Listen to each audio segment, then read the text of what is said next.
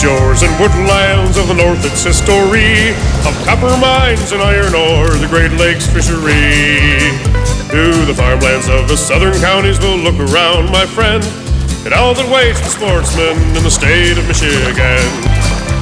And sometimes when the moon brings out the diamonds in the snow, and the stillness of the forest lies encased in Arctic cold, the wind might whisper through the trees, listen if you can, it tells you of the beauty in the state of Michigan.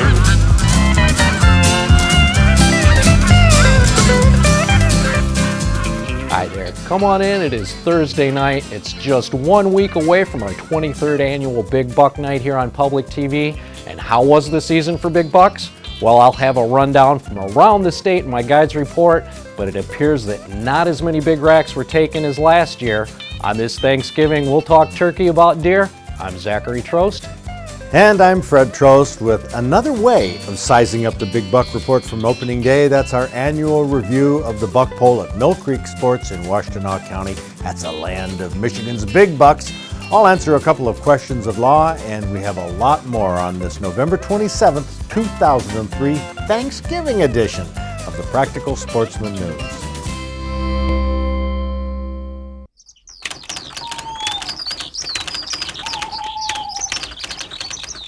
We haven't heard any bone-chilling stories by Michigan hunters this year, but beyond Michigan and West Virginia, 25-year-old James Lambert had a scary encounter with a big black bear.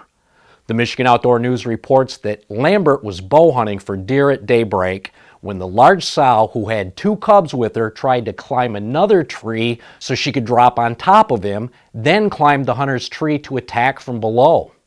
Lambert stabbed the bear several times with a hunting knife and eventually jumped from a platform ladder about 11 feet high. He walked a half mile to his vehicle and drove a mile to his home, where his father drove him to the hospital. Lambert's puncture wounds and lacerations were stitched and stapled, and he spent the night in the hospital, probably with some rather frightening dreams. That's a little food for thought to put on top of your Thanksgiving dinner. Well, you can read the details on these stories and more in the Michigan Outdoor News, which is available on the newsstand or by subscription.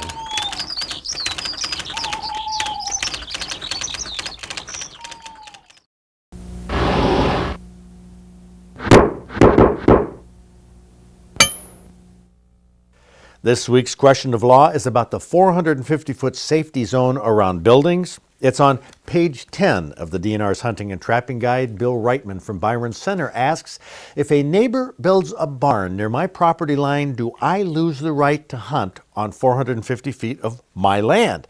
Well, never mind this paragraph in the hunting guide. You have to understand, this guide doesn't quote the law. It summarizes and embellishes the law, and frankly, the way I read this law, this paragraph is not accurate.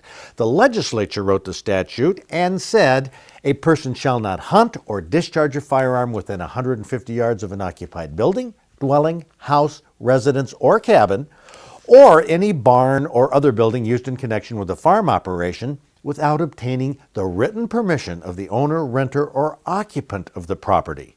Every single word here is important, and these words of the statute don't match this paragraph in the hunting guide. So which one holds up in court? The wording of the statute, not of the hunting guide. So let's go to the wording of the law that says the 450-foot safety zone applies to an occupied building, which is any building that people are in at the time, or a dwelling or house or residence or cabin, which means where people live, even if they're not there at the time. Or the third type of structure is a barn, or any building used in connection with a farm operation. Now, that building could store equipment, have livestock in it, bales of hay. These are the types of structures that trigger the 450-foot safety zone. Now, Bill's second question is, who owns the safety zone, the landowner or the person that owns the building?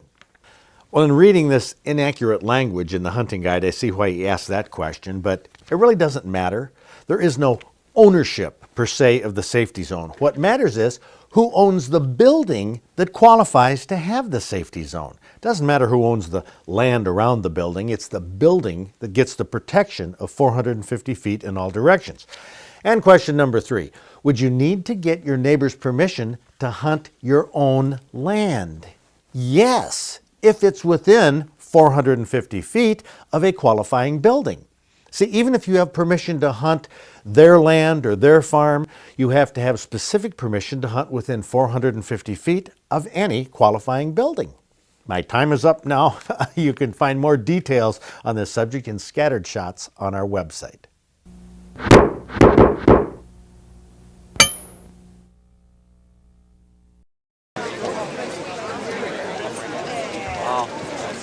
And here we go. Hey, Ray Krosky. Hi, Mr. Trost. Hey, where are the big ones? There's a lot of big ones up there, I think. Aren't they all nice? Okay. Which one is yours? Ooh. How big is it? 15 pointer. 15. Whoa. What's the scoop on it? Well, shot in Washtenaw County yesterday about 5:15. What's your name? Ryan Johnson. Ryan Johnson. Sounds like one that might be on Big Buck Night, eh? It only took me 30 years to get one like that. 30 years? Well, maybe I 28. was going to say, you don't look that old. They're right here. 8-point. Got him Friday with a bow and arrow. Friday? Yep. Hey, you didn't want to wait, huh? Boy, there's some dandies here. How was this year compared to last? I would aside from imagine. getting the big buck. I'd imagine it's a little bit better with size, but the doe population's way down. Huh? Yep. I've seen eight doe the whole year bow hunting. Really? Yep. How many bucks? Probably 7. Geez, that's quite a ratio there. Got a 10-point right here. You got the 10 point? Yep. Well, tell me about that baby. Well, I sat in the stand for 10 hours, and he came out about 4 o'clock and 50-yard shot with a muzzleloader, and that was it. Why do you use muzzleloader? Because my son missed one with his muzzleloader earlier, and he wanted more rounds, so I gave him my shotgun and took the muzzleloader. So Oh, well, good for you. trying to give the kid an advantage, but he didn't get one. Huh? Who else has a deer? Right here, you got You? What do you got? small 8 between the 2 big ones over there in the corner. The small 8. Yeah, What's so small about it? well, it's not an 8 like that. Yeah, but hey, that's a dandy. Yeah, How was this season for you? good. I got a antlerless yesterday, and then this morning I got my 8-point. And it's also my granddad's first time out hunting in 40 years. I ain't quite got mine yet. You're Still working on it. You are taking grandpa hunting? That's right. Grandpa, what's the deal? What's happened the last Well, I used 40 to years? hunt, just got out of it. How come? Other things to do.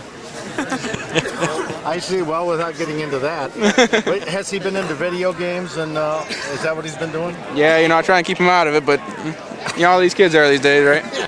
Yes. I got one up there. Oh, you do? Yeah. Junior's got one. How long you been hunting about? Oh, quite a few years. I was going to say. I got my first buck on a buck pole, though. This is the first year out here. Seriously? Seriously. And the great part is, my grandson's got his hanging here, too. His first time out. And where is he? He's back there somewhere, and his is on the other side of the pole. Now, whose is bigger? Mine, Well, how big is it? How big is your grandson's? 5-point. Well, that's great. I mean, Yeah, heck. nice, yeah. Nice deer. Now, you've taken a lot of bucks in your lifetime? Yeah, a few. I had a big 12-point a few years ago up on your show. Cool. What's your name? Lamar Lamar. Lucart. Lamar Lucart. Yes. Okay. Now, where's your one this year? Which one is it up here? It's this one here. Ah. 7-point, not real wide, but I tell you what, it's worth putting up on the pole. How'd Thank you like you. the weather this season? Oh, it's great. Seriously? Seriously. Good weather. Yeah, a lot of people complaining about the rain. That's when the deer move. What's this family here? Anybody got a buck up here? I do. You do? My first one. Wait, is it the one on the end here? It's right here. Oh, is that a spike? And how big are the spikes? I haven't measured them yet, so I don't know. Well, they look almost a foot long to me. And the biggest one was about 12 and a quarter. Well, cool. That makes Big Spike Night, Yeah. which could be on Big Buck Night. We just made.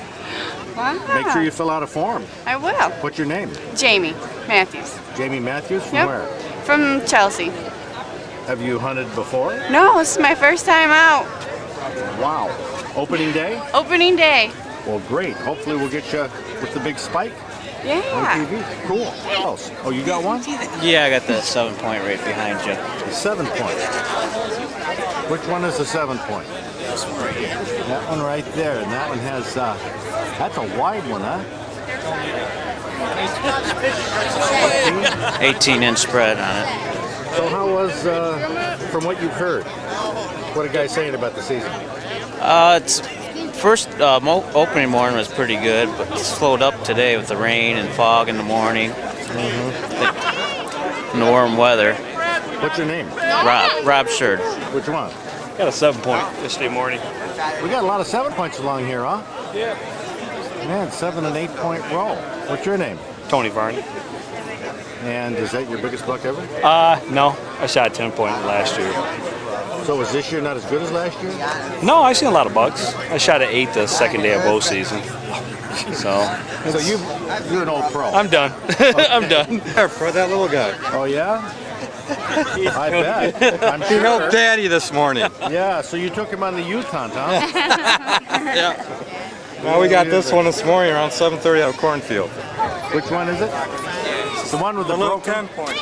Oh, it has that been fighting or something. Do you see Kaylee and Andre? Ah, Yeah, right here with that's cool. JR, do you see Kaylee and So Andre? who's we? Yeah, I'm right here. He helped me drag it out with the other one right here. Oh yeah? So I had helpers this morning. Oh, that's awesome. That's awesome. What about the girly girls back here? Well, we're just the cheering crowd. Are you with the family here? We are part of the family. Oh, but you don't hunt?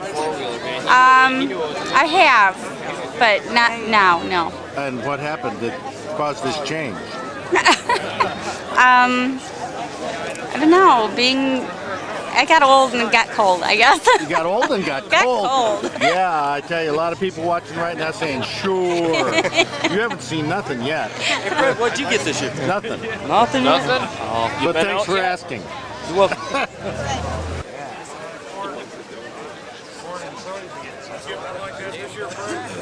Pardon? Oh, yeah.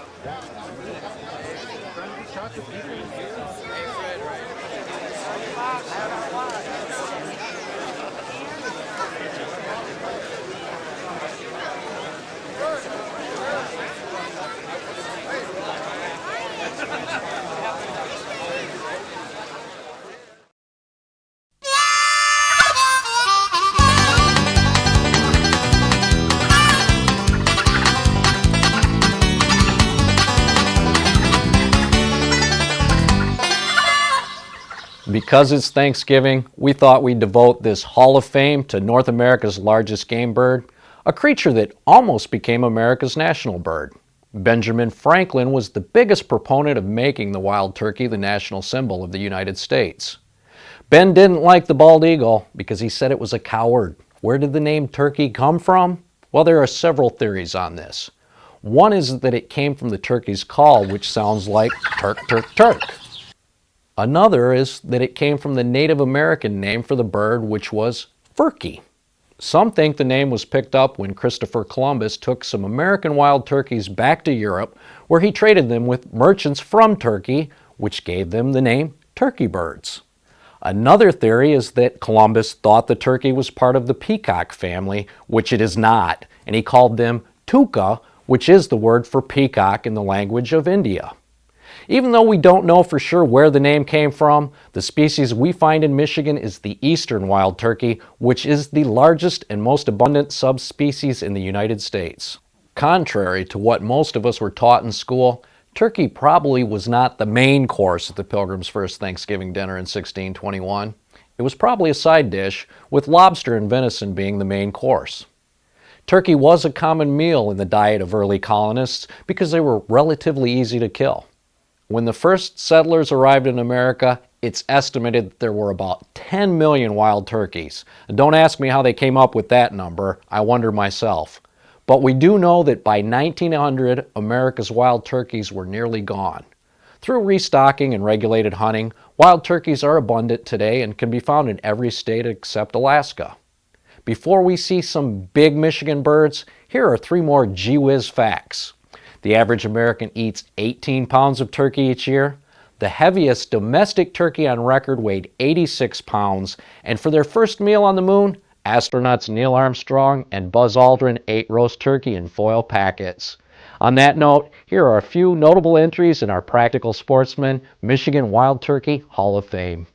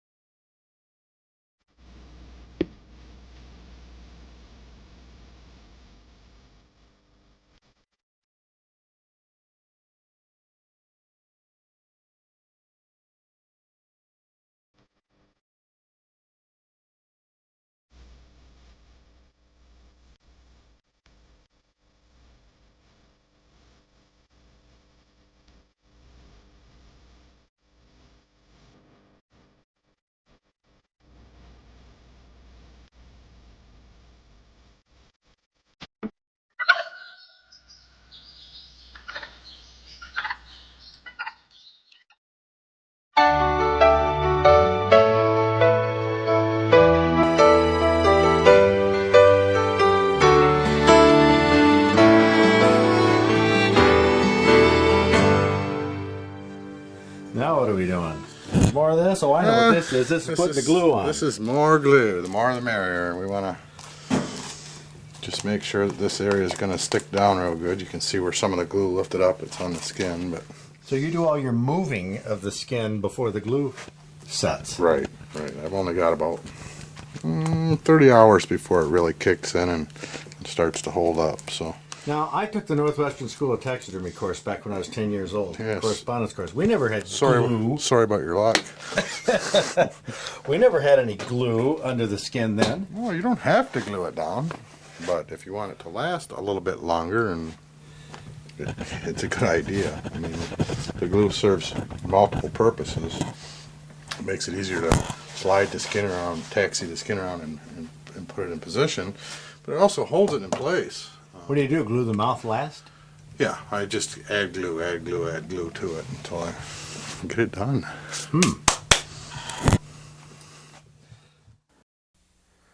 Next week, that's Big Buck Night here on Public TV in Michigan.